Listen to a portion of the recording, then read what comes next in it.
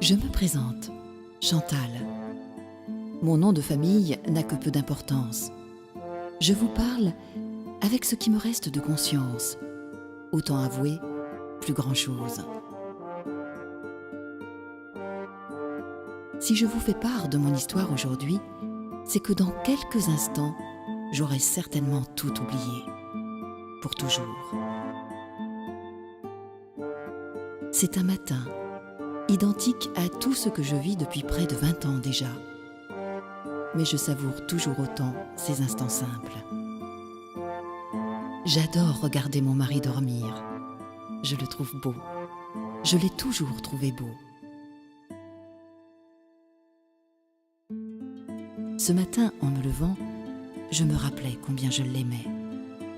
J'avais une vie bien rangée, organisée, comme toute petite fille peut en rêver. Le dimanche était pour moi cet instant rituel et rassurant de reproduction des schémas familiaux. J'étais bien, et rien ne pouvait altérer cet instant. Rien. Ce matin, je préparais comme à l'accoutumée le petit déjeuner. Croissant, miel, chocolat chaud, en attendant impatiemment le moment où je le sortirais doucement de son sommeil. Il ouvrirait alors les yeux avec douceur, attendri par mon geste amoureux. Alors que le lait chauffait, je vis la veste de mon mari jetée nonchalamment sur une chaise de la cuisine. Il était rentré tard hier soir. Une sortie professionnelle, comme il dit. En rentrant, il avait dû la jeter dans un dernier élan de maîtrise. Soudain, j'entendis un bruissement venant de sa veste. C'est alors que tout a basculé, très vite, trop vite. Une vie entière tient parfois à si peu de choses. Un papier blanc tombant d'une poche, sur lesquels sont couchés des mots simples certes, mais dont la résonance est infinie. Je t'aime plus que tout, rien n'a plus d'importance à mes yeux que les rares nuits d'amour que nous passons tous les deux, tendre baiser MD. Ce n'était pas mon papier, ce n'était pas mon écriture, ni même mes initiales, mais c'était la veste de l'homme que j'aimais.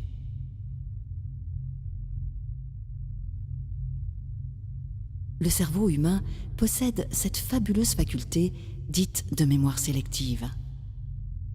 Tous ces petits instants qui nous hantent et nous perturbent parfois nous plongent dans un univers que seule notre inconscience comprend.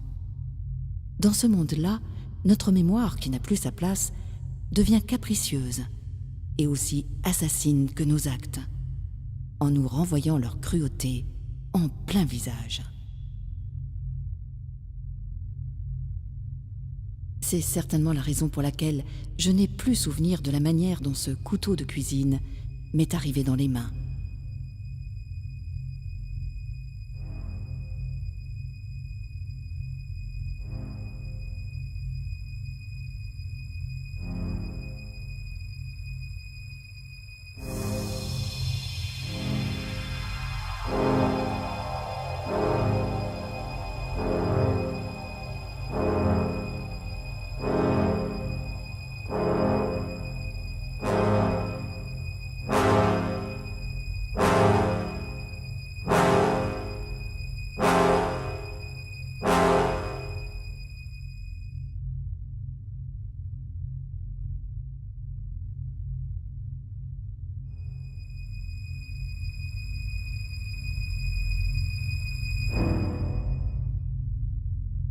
Ni pourquoi l'homme que j'aimais tant gisait sur le lit, la gorge tranchée par la lame que je tenais fermement.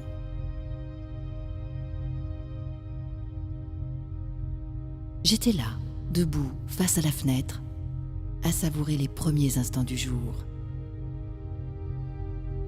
Nous étions dimanche, et j'aimais cette journée.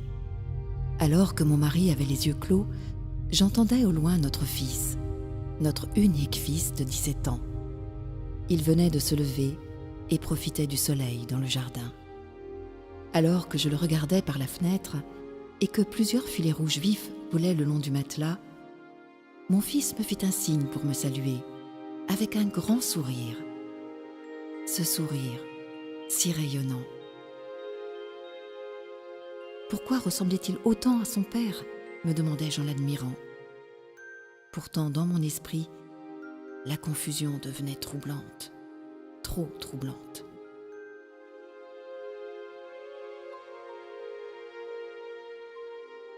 C'était un dimanche, et j'étais là, sereine, à savourer les premiers instants du jour.